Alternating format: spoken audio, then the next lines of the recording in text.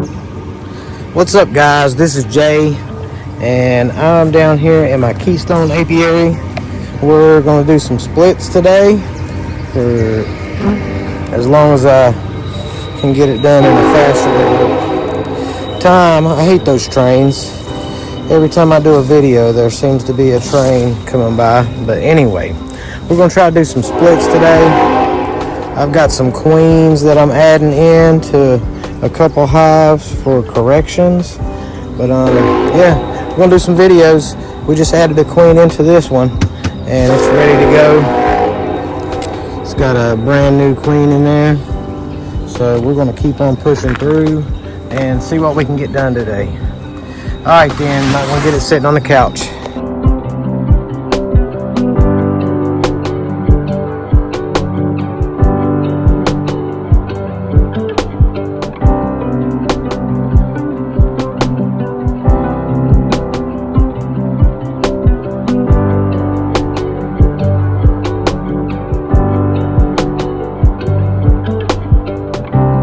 Alright, so I want to show you guys this real quick. This hive is a pretty good hive, except for their queen is out of genetic material, and I'm going to show you what that looks like. That way you can know when you have a drone laying queen, and that's when the colony is still queen right, the pheromone is still present, so the bees, they're not acting crazy, they're still going to work. We're going to actually brood boost this colony with some more brood, but we're going to also give it a new queen. And all you're going to see is a few drone cells. It would almost mistakenly look like a laying worker, but you have single-celled eggs. You only have one egg per cell, so you know. But we know that it's a queen that's out of genetic material because I've actually caged the queen in this cage here, and I'm gonna have to pinch her. I really hate pinching a queen, but she's been a good queen. She was productive for about 2.5 years before this happened, so we're gonna give them a brand new queen. That's that old queen right there. I think I might actually try to preserve her in resin, so I'm gonna try to keep her fresh until I'm ready to do that. But what we're going to do, we're just going to give them a new queen, and we're going to go into our little queen bank we got here, and we have a new queen there. I got some queen candy made up with powdered sugar and water. You can do powdered sugar and honey, but these cages already have it in there. And let me set this up so I can show you how we do this.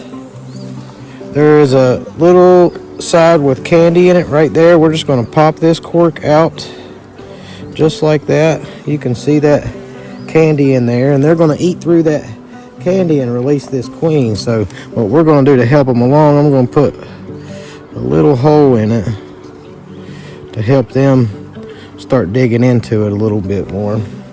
They'll be able to dig into it a little faster. So we're just going to take this queen, and you always want to put the cage facing out when you do this. That way they can still take care of the queen. A lot of people will put them in and it gets smashed into the wax. They can't feed the queen, and the queen will wind up dying. So we're actually just going to do it on the side, and I'm just going to push that into the wax just a little bit like that, and I'm going to push it over just like that. And they'll chew through there and let the queen out, and then they'll have a new queen. We're going to come back and boost this colony with some brood a little bit later from one of the other colonies. That way they got some more brood. But that's how you fix a drone laying colony. You could also give it a frame of brood and let them make a new queen if you want to wait. You know, there's a bunch of different options in beekeeping. So, you know, you got to beekeep the best way that works for you. And for me, I'm adding a new queen to it, the way I can fix it. I had to do one other one, had a queen that was laying drones like that, ran out of genetic material, and it happens over time. You know, it's a natural thing to occur if they don't swarm, or you're, you know, doing good beekeeping. You'll run a queen until you have to get a new one. So keep rocking it with me. We're gonna do some more bee stuff today. I got a couple yards to get to. I'm gonna get as much as I can done at this one. I think I'm gonna wind up doing some splits, so we'll see what we got going on after I get into a few more.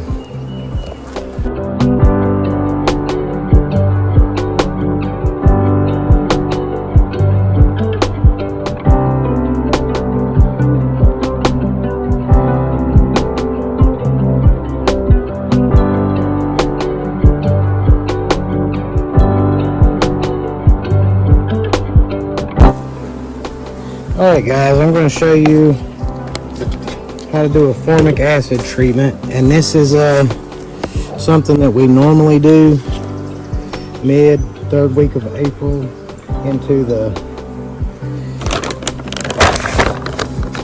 first part of spring.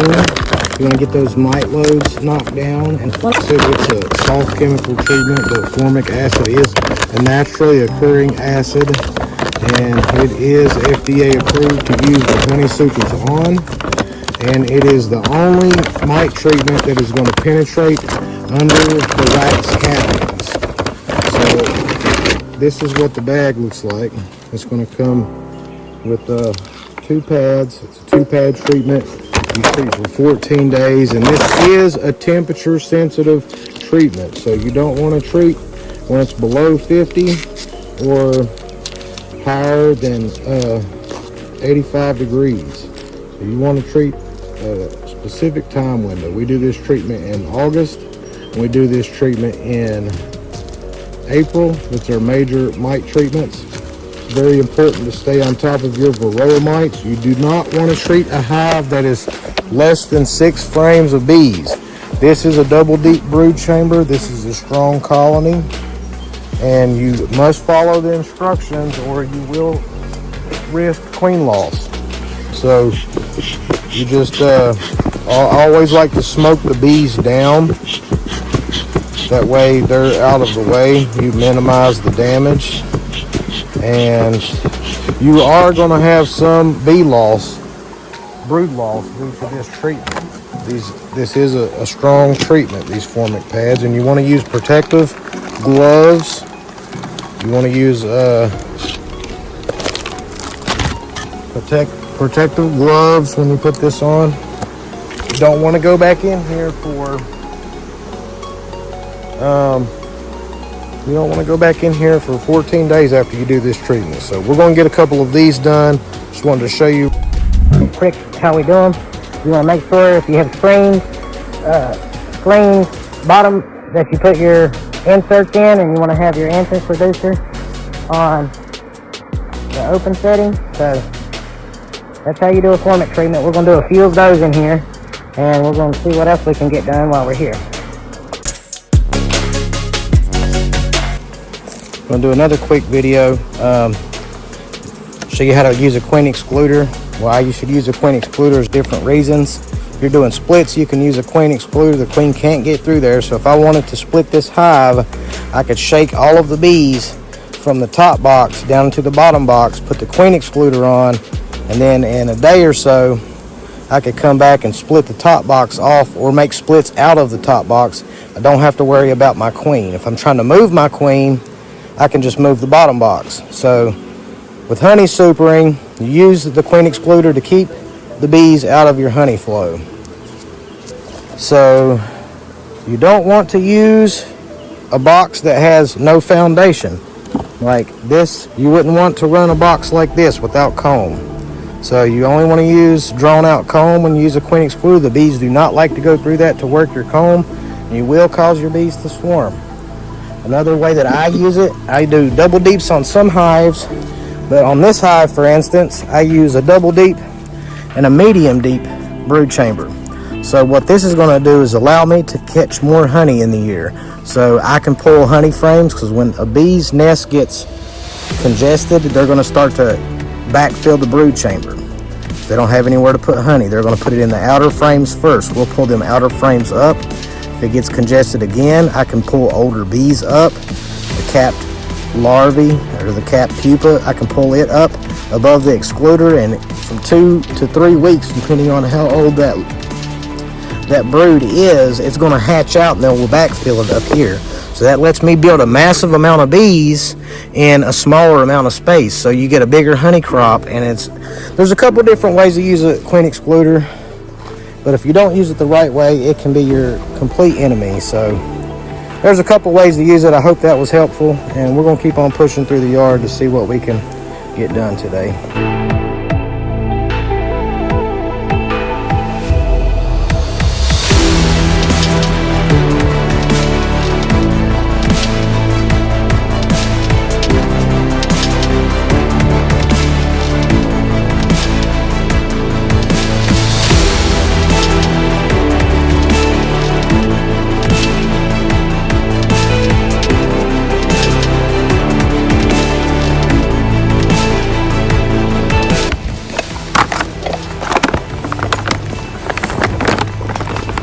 What's up, everybody? I'm at that rock yard. It's my third apiary, and I'm gonna try to do a little bit of work in here today.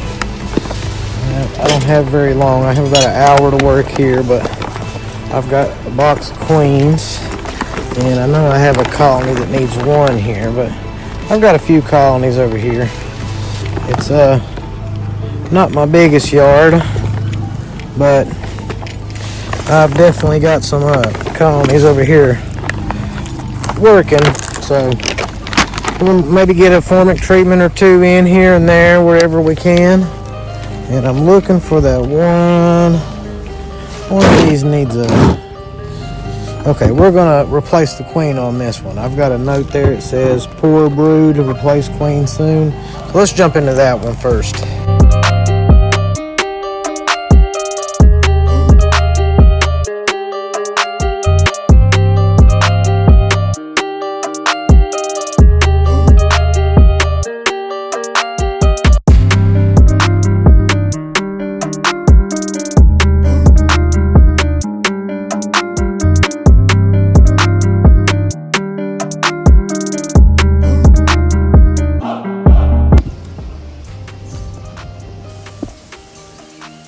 Last hive in the yard.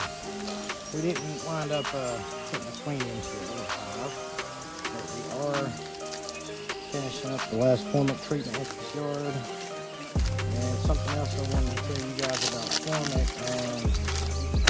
When you treat for varroa mites with Formic, you're also treating your tracheal mites, which cause K wing virus. So you're kind of getting a double benefit there when you treat your hives with Formic Pro. That's this yard done. I'm gonna call this video a wrap. Got a little bit of cleaning up to do. We made it through this hive pretty quick. It was about 40 minutes what we spent in here. 7 colonies. They all got treated. So pretty good. We'll move on to the next one, and I got more bee stuff on the way. I'm gonna get it sitting on the couch.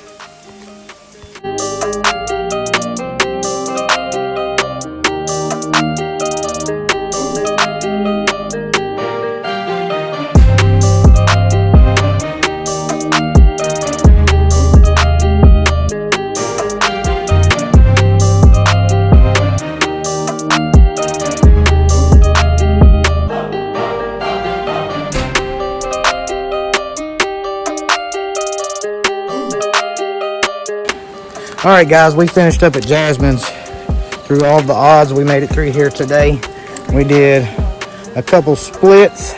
We brood boosted a couple. We did Formic treatments. We look up there in the tree. I don't know if you can see that. We're gonna try to zoom in. Let's see. Right there. They left out on us. We can't reach them because they're like probably like I'll say about 8.5 step toes high. Might be more. The swarm champs. Might be more. Record but breaking. That's okay. They might move into a box. We got through here, and what do you think, certified beekeeper? Tired. And Jasmine passed her certified exams. Certified beekeeper. Was certified West Virginia beekeeper. One more level to go. To be a master. What do you think? I think it's great. Yeah. All right. All right, then. We're going to get on out of here.